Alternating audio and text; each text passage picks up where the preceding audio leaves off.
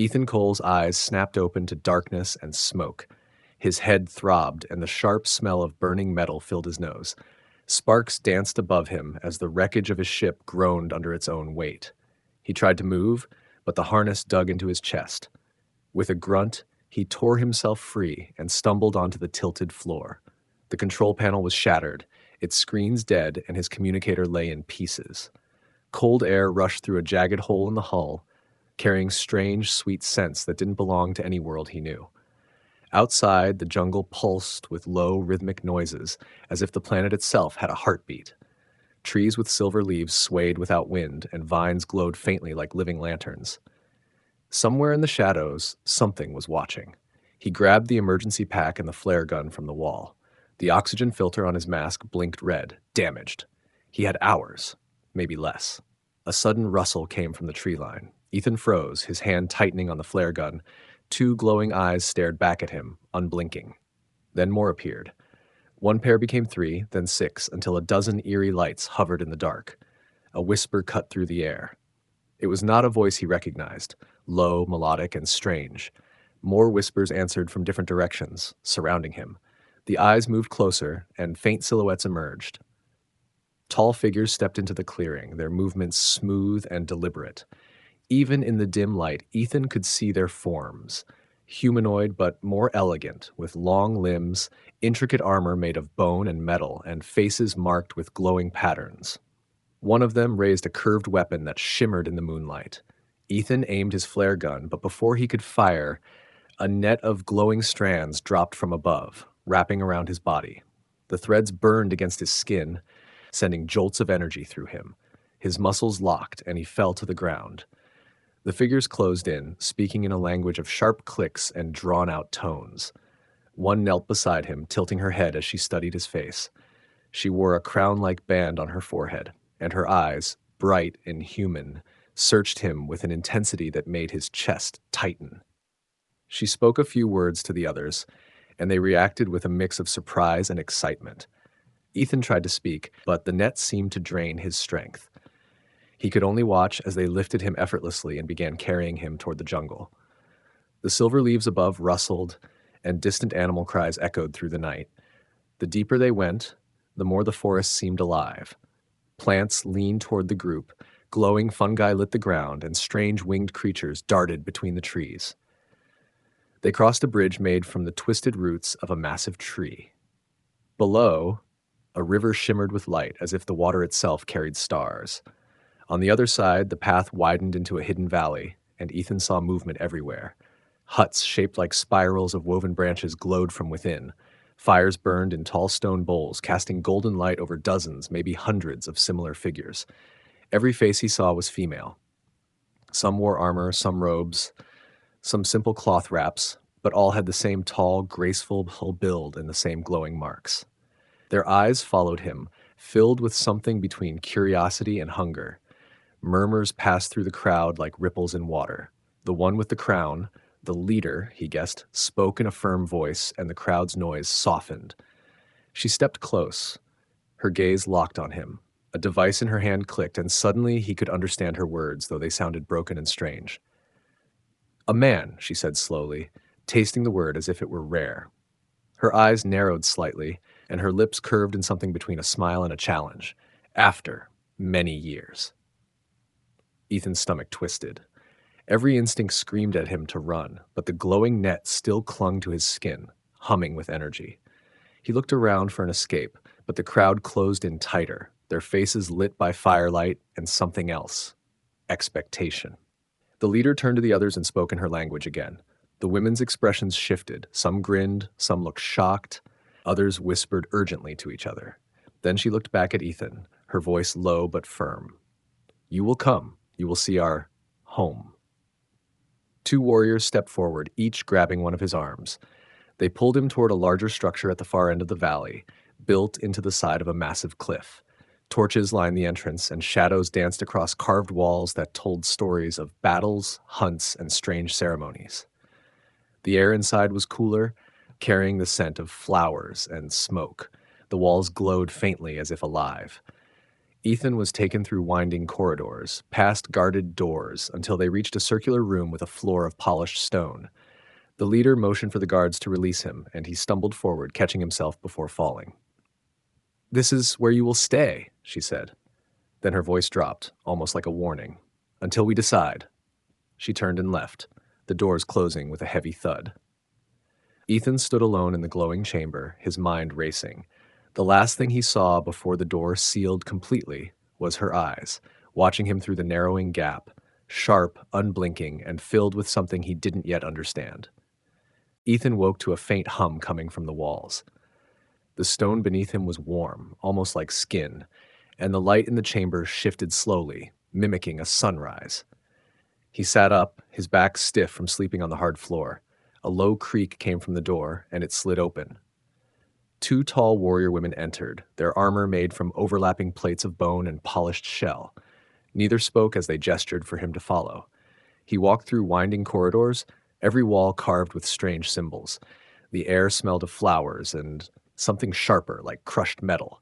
They led him into a wide courtyard, surrounded by high walls. Dozens of women stood there, some watching him with open curiosity, others with narrowed eyes. At the far end, the crowned leader waited. She stood on a raised platform, her presence commanding silence without a single word. When she finally spoke, her voice carried across the space. "You are called Ethan," she said, the translator device in her hand, shaping her words into rough but clear speech. He nodded cautiously. "Yes." Her eyes scanned him slowly, lingering on his arms, his shoulders, the way he held himself. "You are male. We have not seen one in many seasons." She stepped closer, her height forcing him to tilt his head slightly to meet her gaze. "You will answer questions." Two more women appeared, carrying a low table made from dark, polished wood. On it sat a bowl of shimmering water. The leader motioned for him to sit. As he did, a younger woman approached with a narrow metal rod. She dipped it into the water and touched it to his wrist. The liquid crawled up his skin like living silver, forming symbols that glowed briefly before fading. "It learns you," the leader explained. "It knows truth. If you speak lies, it burns." Ethan's throat tightened. "What do you want to know?" She began with simple questions. His name, his world, how he came here. He kept his answers short, leaving out details about the crash. When she asked about other humans, he hesitated. The silver markings on his skin pulsed faintly, and a sting bit into his wrist. "You hide something," she said. He clenched his jaw. "I'm not here to hurt anyone." The leader studied him for a long moment. Then she waved her hand, and the crowd of women began to murmur. One stepped forward, an older woman with deep markings along her cheeks. She spoke rapidly in their language, her tone sharp.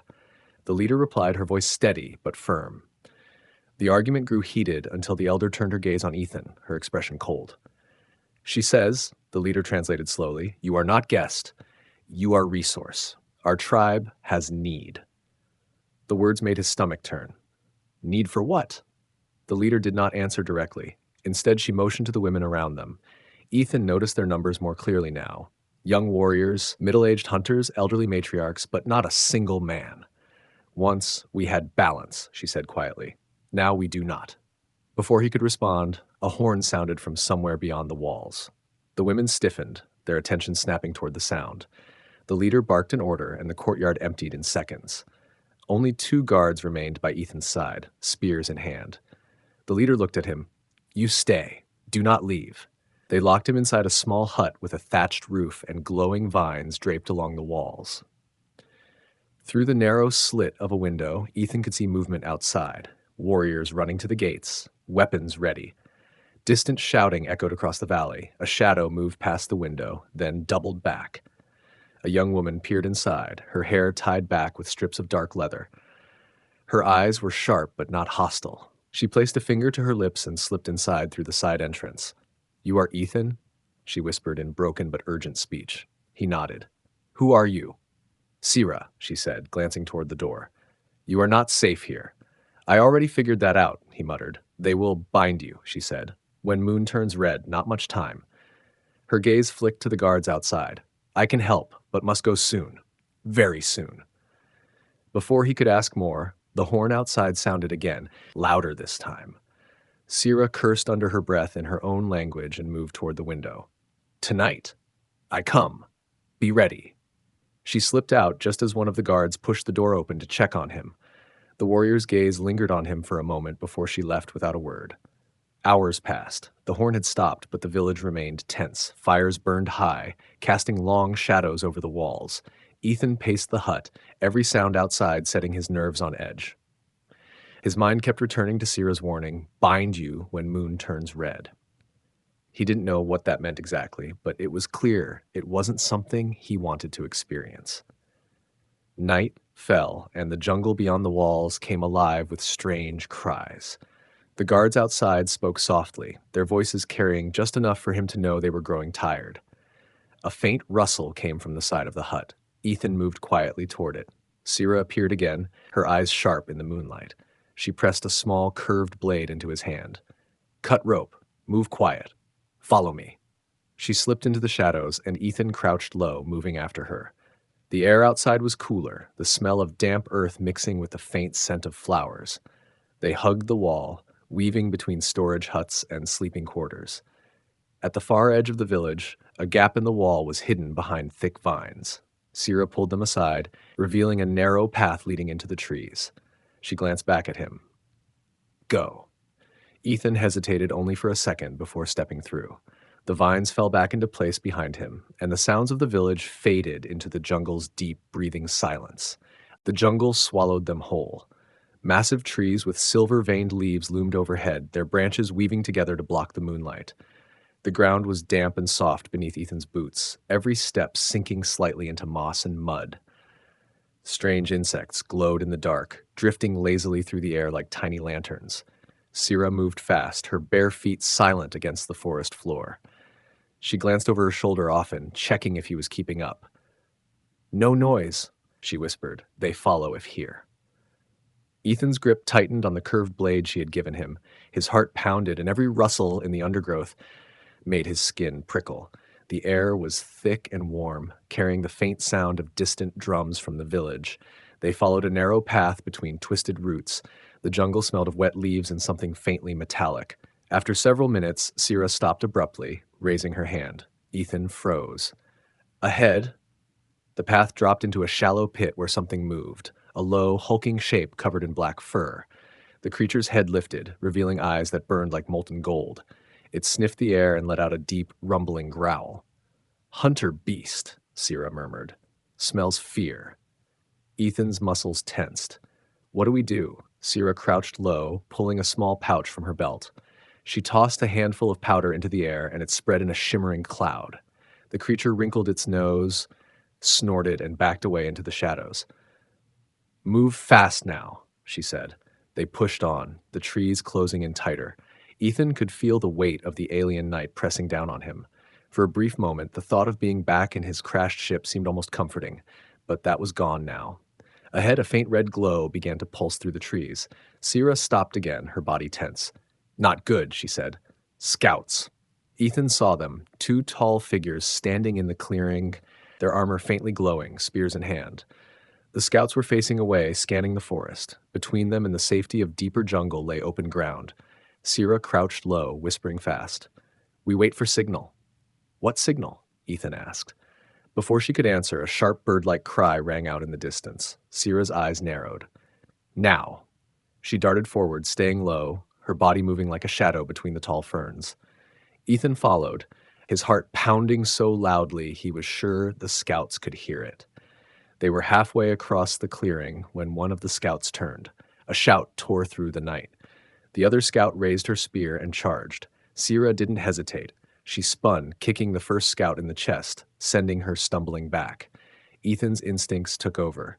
He swung the curved blade in a wide arc, knocking the spear from the second scout's hands. The first scout recovered fast, lunging at Ethan with a short knife. He sidestepped, grabbed her arm, and used her momentum to slam her into the ground. She rolled and came up fast, but Sierra was already there, striking hard at the side of her head. The scout crumpled. The second scout scrambled for her fallen weapon, but Ethan kicked it away. Sierra pulled him toward the trees. No time. More will come.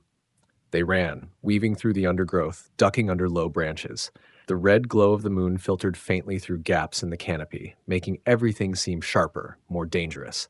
Ethan could hear voices now, distant but closing in. Sierra led him to a stream, its surface glowing faintly blue. She motioned for him to follow her into the water. The cold made him gasp, but she pressed a finger to her lips. They waded downstream, letting the current carry their scent away. After several minutes, they climbed out onto a bank covered in thick moss. Ethan was breathing hard, his arms aching. "Where are we going?" he asked in a low voice.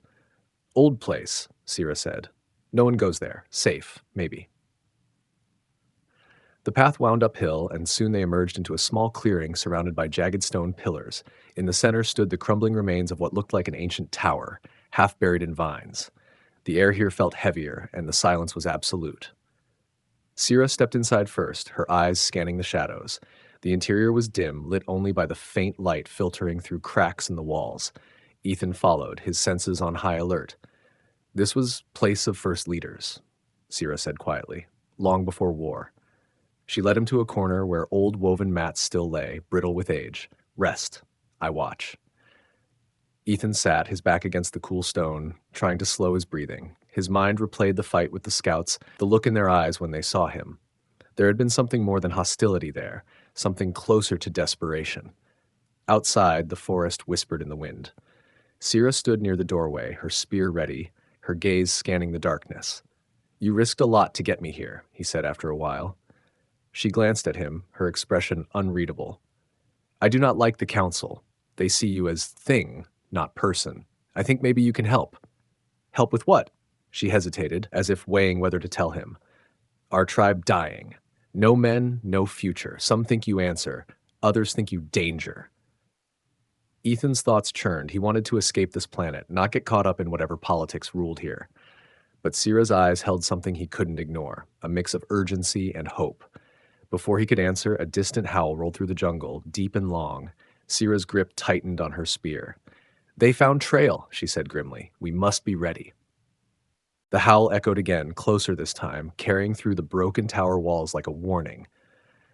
Sierra moved to the doorway, her eyes fixed on the dark tree line. Ethan rose to his feet, gripping the curved blade. The night air felt thicker now, charged with something unseen. Shapes began to move between the trees, tall and fast, their armor faintly glowing under the red-tinged moonlight.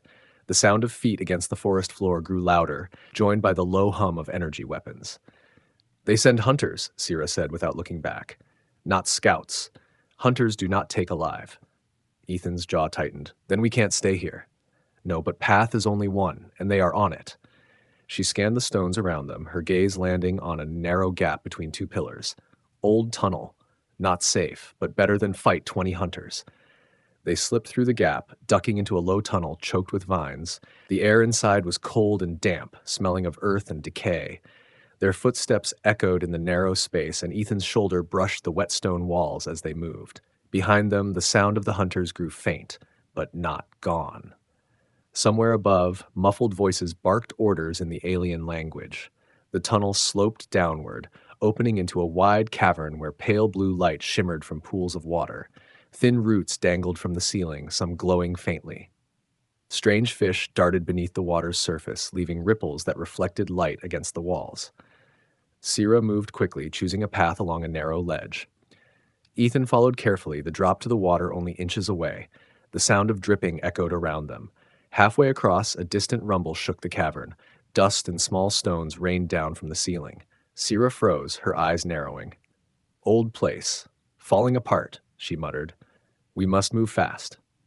They reached the far side and climbed into another tunnel, this one steeper. The air was warmer here, carrying a faint metallic tang. Ethan's instincts screamed danger. A low growl came from ahead. Out of the shadows, a massive creature emerged, its body like a cross between an insect and a reptile, with jagged armor plates and a maw lined with needle-like teeth. Its 4 eyes glowed faintly red, locking onto them immediately. Sierra's voice was calm but tense. "Cave Guardian, not alive like us, made long ago to keep intruders out." The creature lunged, its claws scraping sparks against the stone. Sierra rolled aside, her spear flashing as she struck at one of its legs. The blow glanced off the armored plating. Ethan swung his blade at its side, but it barely scratched the surface. The Guardian hissed, sweeping its tail across the tunnel. Ethan was thrown against the wall, the impact knocking the air from his lungs. Sierra darted in low, jabbing her spear into a gap between plates near the creature's neck. The beast roared, twisting violently. "Soft place there!" she shouted. Ethan scrambled to his feet, waiting for the opening. When the creature lunged again, he sidestepped and drove the curved blade deep into the same gap. The guardian screeched, thrashing wildly before collapsing to the floor. Its body twitched once, then went still, the red light fading from its eyes. They stood in the sudden silence, breathing hard. Sierra yanked her spear free. "We must go. Noise will bring others." The tunnel narrowed further ahead, and they squeezed through until it opened into a hidden chamber. The walls here were smooth and covered in glowing patterns like constellations etched into stone. In the center stood a broken pedestal, its top scattered with fragments of crystal. "This was place of oath," Sierra said quietly, almost reverently. "Our leaders came here to swear loyalty to tribe. Now only dust." Ethan moved closer, noticing that the patterns on the walls seemed to shift when he stepped near. "This is some kind of map?" Sierra didn't answer. She was listening again, her head tilted. Hunters not far. She crossed to the opposite wall and pressed her hand against a faint mark. A section of the stone slid open, revealing another passage. They moved quickly, the tunnel twisting sharply before leading upward. The air grew fresher, carrying the scent of wet leaves. Faint moonlight spilled ahead, and soon they emerged into the jungle again, this time on a high ridge overlooking a wide valley. Below, Ethan saw flickering lights and distant structures. Another settlement, but smaller than the one he'd been taken to. Smoke curled from low huts, and faint figures moved between them. Sierra crouched low. "Other tribe," she said. "Not friends, but maybe not enemies." Before Ethan could speak, movement caught his eye. Down in the valley, a patrol of armored women was heading toward the ridge, their weapons glowing faintly. "They see us?" he asked. Sierra's expression was unreadable. "If they do, choice is simple. Fight, or be taken again." The sound of branches breaking came from behind them. The hunters from the first tribe had followed their trail after all, closing in from the other side. Sierra's gaze met his. "We are between two fires." The ridge seemed suddenly smaller, the jungle quieter except for the approaching footsteps. Ethan tightened his grip on the blade, his mind racing. Sierra's voice was steady. "We fight to break through, or we die here." The first arrow hissed past Ethan's head and buried itself in a tree trunk behind him. Sierra spun her spear in a tight arc, her stance lowering as she scanned both sides of the ridge. The hunters from her tribe were climbing fast from the left, their glowing armor catching flashes of moonlight. From the right, the patrol of the other tribe moved with precision, their curved blades drawn and ready. Ethan's mind raced. "If we fight both, we're dead." Sierra's jaw tightened. "Then we make them fight each other." Before he could ask how, she leapt forward, hurling her spear toward the incoming patrol. It struck the ground just short of them, but the act was enough. The patrol shouted in their own language, thinking they were under attack from the hunters on the opposite side. In seconds, both groups turned their focus on each other. Ethan didn't wait for the plan to unravel. "Go!" he shouted. They sprinted along the ridge, ducking low as energy bolts sizzled through the air. Shouts and the clash of metal rose behind them as the two groups engaged in fierce combat. The ridge narrowed to a crumbling path where loose stones skittered underfoot. On one side was a sheer drop into a dark gorge. On the other, the jungle fell away in steep terraces. Ethan's boots slipped, and he caught himself on a root protruding from the earth. Sierra pulled him up without slowing, her breathing steady despite the sprint. A loud crack split the night. Ethan turned to see a hunter breaking away from the fight, sprinting toward them with terrifying speed. Her armor was heavier, her weapon a twin-bladed staff that glowed red at both ends. "She is Bloodhunter," Sierra said grimly. "Never stops until kill." The hunter closed the distance in seconds, her first swing a blur. Ethan ducked, feeling the heat of the blade pass over his head. Sierra intercepted the second strike, the impact ringing like a bell. Sparks flew as metal met metal. Ethan circled behind, swinging his curved blade at the joint in the hunter's armor. She twisted away, striking out with the butt of her staff, catching him in the ribs. Pain flared, but he forced himself forward, slashing again. This time, the blade bit into a weak spot at her side. Sierra seized the moment, driving her knee into the hunter's midsection and shoving her backward. The hunter staggered but didn't fall. Instead, she spun the staff in a vicious arc that forced them both back toward the edge of the ridge. Ethan's heel found only air. He flailed, grabbing a vine to steady himself. Sierra lunged at the hunter again, her movements fast and relentless. A final upward strike sent the staff spinning into the night. The hunter stumbled, and Ethan shoved her hard. She fell into the gorge without a sound, her armor vanishing into the darkness below. They didn't have time to breathe. The battle behind them was shifting, the noise drawing closer. Sierra pointed to a narrow gap in the rocks ahead. There!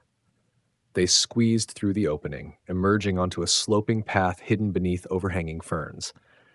The sounds of the fight faded behind them, replaced by the constant hum of insects and the distant rush of water. The path ended at a small waterfall, spilling into a pool lit by glowing lilies. Sierra knelt and filled a flask from the water. Drink. Not many places safe from both tribes. Ethan drank deeply, the cold water easing the dryness in his throat. Where do we go from here? Farther than they will follow, to the dead plains. He frowned. That doesn't sound promising. Dangerous for all, but there we can hide. They fear the storms. Before they could move on, a rustle in the foliage caught Ethan's attention. 3 figures stepped into the clearing, their weapons drawn. They weren't from Sierra's tribe or the patrol. They wore scavenged armor and carried mismatched gear. Raiders, Sierra said under her breath. The tallest of them grinned, revealing sharp, blackened teeth. What do we have here? A lost male and his keeper. Ethan shifted his stance, keeping the curved blade low. We're just passing through. The raiders laughed, spreading out to surround them. The leader stepped closer, his eyes fixed on Ethan. You'll fetch a fine price. The first one lunged. Ethan sidestepped, slashing at the attacker's arm. The raider yelped and fell back. Another came in from the side, but Sierra spun low, sweeping his legs out from under him before striking his helmet with the butt of her spear. The leader attacked with a jagged sword, swinging hard. Ethan blocked, the impact numbing his arm. He countered with a quick thrust, grazing the man's shoulder. The raider snarled, charging again, but Sierra was already moving. Her spear flashed, piercing his side. He dropped to his knees, the fight leaving his eyes. The remaining 2 fled into the jungle, their shouts fading. Sierra wiped her spear clean and looked at Ethan. You fight better than most of my tribe's young warriors. Not sure if that's a compliment, he said, catching his breath. They left the clearing quickly, moving through the jungle until the air grew drier and the ground turned to cracked earth. In the distance, lightning flickered over a flat expanse stretching toward the horizon, the dead plains. Sierra stopped at the edge. Once we cross, no tribe will follow, but storms come without warning. You see one, you run. Ethan looked out at the barren land, the silence pressing in. Behind them, the jungle seemed to watch, full of unseen eyes. Ahead was only emptiness and the promise of danger. Sierra started walking. Better danger we choose than chains we do not. Ethan followed, the heat from the cracked ground already rising around them. Somewhere in the distance, thunder rumbled, a reminder that safety was still far away. The heat on the dead plains was like a living thing, pressing down on Ethan's shoulders with every step. The cracked ground stretched endlessly in every direction, the horizon shimmering with a false promise of water. Dust clung to his throat, and every breath tasted like dry stone. Sierra moved ahead of him, her pace steady, her eyes scanning the sky as much as the ground. Lightning flickered far off, bright even under the daylight. The clouds above it churned unnaturally, as if stirred by unseen hands. Storm, she said without slowing, not near yet, but we watch it. They walked in silence for hours, the only sounds their footsteps and the faint crackle of heat rising from the earth. Twice they saw movement on the horizon, small shapes darting low to the ground, but Sierra ignored them. When Ethan asked, she only said, "Shadow scavengers. Hunt the dying. We are not dying yet." By the time the sun dipped lower, the light turned copper, and the ground's heat began to fade. They stopped near a jagged rock outcrop, one of the few pieces of shelter on the open plain. Sierra knelt beside it, pressing her hand to the stone. Old Wind Hollow. We rest here. The hollow was barely big enough for both of them, but it kept the wind at bay. Ethan leaned back against the rock, stretching his aching legs. Sierra handed him a strip of dried meat from her pouch. Eat. Storm comes faster when sun sleeps. He chewed in silence, his mind drifting back to the chaos on the ridge, the fight with the blood hunter and the tribes clashing. "They'll still be looking for us," he said. "They will. But here, they do not like the sky." The wind picked up, carrying a deep, low hum that seemed to come from the earth itself. Ethan felt it in his bones, a vibration that made the air seem heavier. Sierra stood, peering toward the horizon. The storm was closer now, the clouds darker, swirling in a slow spiral. She grabbed his arm. "Move. Now." They left the shelter and began crossing the plains at a near run. The hum grew louder, joined by the sharp hiss of sand scraping against itself. Small stones began to rattle across the ground, pushed by invisible currents. Ethan looked back once and wished he hadn't.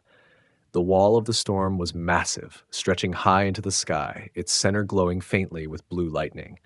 The wind hit them in bursts, tugging at their clothes, carrying grains of sand that stung against exposed skin. "Where?" he shouted over the rising noise. Sierra pointed to a low ridge in the distance. "Cave. Small. We reach or die."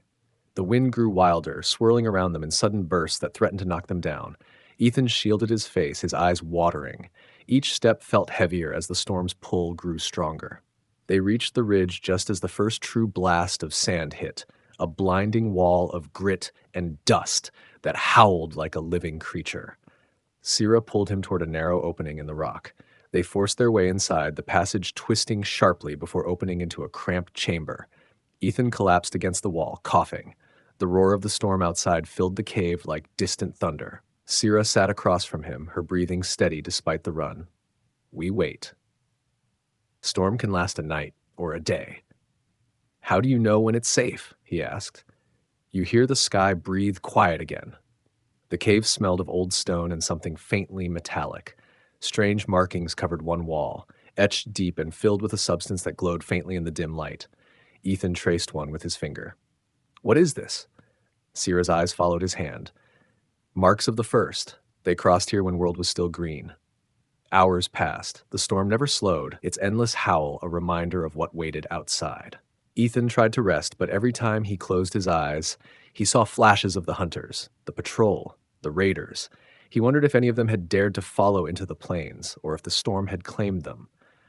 When he finally drifted into light sleep, a noise pulled him back.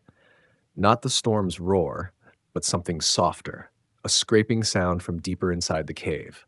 Sierra was already standing, her spear ready, her gaze fixed on the dark tunnel at the back. The sound grew louder, accompanied by a faint shimmer of light. Out of the shadows crawled a creature unlike anything Ethan had seen. Its body was long and jointed like an insect, but its skin was smooth and translucent, showing veins of faint blue light beneath. It had no eyes, only a mouth ringed with small, rasping teeth. Sierra held her ground. "Stormworm," she said. "Lives in dark, hunts when sky screams." The worm moved toward them, its mouth opening wider. Ethan grabbed his blade and stepped beside her. The creature lunged suddenly, faster than he expected. Sierra struck first, her spear biting into its side. The worm thrashed, its body slamming against the walls with enough force to make dust rain down. Ethan aimed for the glowing lines beneath its skin, driving his blade deep. The worm let out a high, keening sound, twisting violently before collapsing. The light inside it dimmed until only darkness remained. They stood in the silence that followed, their breathing loud in the small space. Sierra wiped her spear clean on the worm's body. "Storm brings more than wind," she said. They waited out the night in tense watchfulness. The storm's roar finally began to fade, replaced by a strange stillness. Sierra stepped to the cave entrance, tasting the air. "It is done. We go before another wakes." Ethan followed her out into the pale morning light. The plains looked different now, cooler, calmer, but littered with debris carried by the storm. Far to the west, mountains rose like dark teeth against the sky. Sierra pointed toward them. "There is place there, hidden from all tribes. If we reach, maybe we live." Ethan adjusted the grip on his blade and started walking beside her. The wind was quiet now, but he knew it wouldn't stay that way forever. The mountains loomed larger with every step, their jagged peaks cutting into the pale sky. The air was cooler here, carrying the faint scent of wet stone and moss. Ethan's legs ached from days of walking, but he pushed on, matching Sierra's pace. The ground sloped upward, broken by narrow ridges and hidden gullies. By midday, clouds began to gather over the peaks, casting shifting shadows across the land. Sira paused at the edge of a steep climb, scanning the rocks ahead. "Many eyes here," she said quietly, "not all friendly." They began the ascent using narrow ledges and natural handholds. Loose stones rattled underfoot, tumbling down into the ravine below. Twice, Ethan had to steady himself against the wind that whipped between the cliffs. Higher up, they came to a plateau where a thin stream trickled over smooth stone. Sira knelt, cupping her hands to drink. Ethan followed, the cold water clearing the dust from his throat. "How much farther?" he asked. Sira pointed toward a narrow crack in the cliff face above them. "There. Behind it is the hidden place." They climbed again, the path growing steeper until they reached the narrow opening. Sira slipped inside first, disappearing into the shadow. Ethan followed, squeezing through until the rock widened into a concealed valley. It was unlike anything he had seen on the planet. Tall green grass swayed in a gentle breeze, and clusters of blue flowers dotted the ground. Trees with silver bark grew in small groves, their leaves whispering softly. A small lake lay at the center, its water so clear it reflected the sky perfectly. "This is where I came as a child," Sira said. "Only a few know the way." Ethan took in the beauty of the place, but his relief didn't last. Movement caught his eye at the far end of the valley. Figures were emerging from the trees, 6 of them, armed and wearing the same armor as the hunters from Sira's tribe. "They followed us," Ethan muttered. Sira's expression hardened. "Not many. We can fight." The hunters spread out, their leader stepping forward. She was taller than the others, her armor more ornate. "Sira," she called, her voice sharp, "you break the law. Bring the male back now, or you will die here." Sira's grip tightened on her spear. "He is not yours. He is free." The leader's gaze shifted to Ethan. "Males are never free." They advanced. Ethan moved to stand beside Sira and his blade ready. The first hunter lunged, her spear thrusting toward him. He sidestepped and struck at her arm, forcing her back. Sira met another attacker head-on, her movements fast and precise. The clash rang through the valley, metal striking metal, feet pounding the earth. Ethan blocked a downward slash, then drove his blade into the gap at the attacker's shoulder. She cried out and fell, but another took her place immediately. 2 hunters tried to flank them. Sira whirled, striking one in the leg and kicking the other back. Ethan ducked under a sweeping strike and rammed his shoulder into the attacker's chest, sending her sprawling. The leader joined the fight, her weapon a long, double-edged blade. She moved with deadly skill, forcing Ethan back step by step. Her strikes were heavy, each one jarring his arms. He barely managed to block in time as she pressed forward. Sira leapt between them, clashing with the leader in a flurry of strikes and parries. Sparks flew with every blow. The leader caught Sira's spear with her blade and twisted, snapping the shaft in half.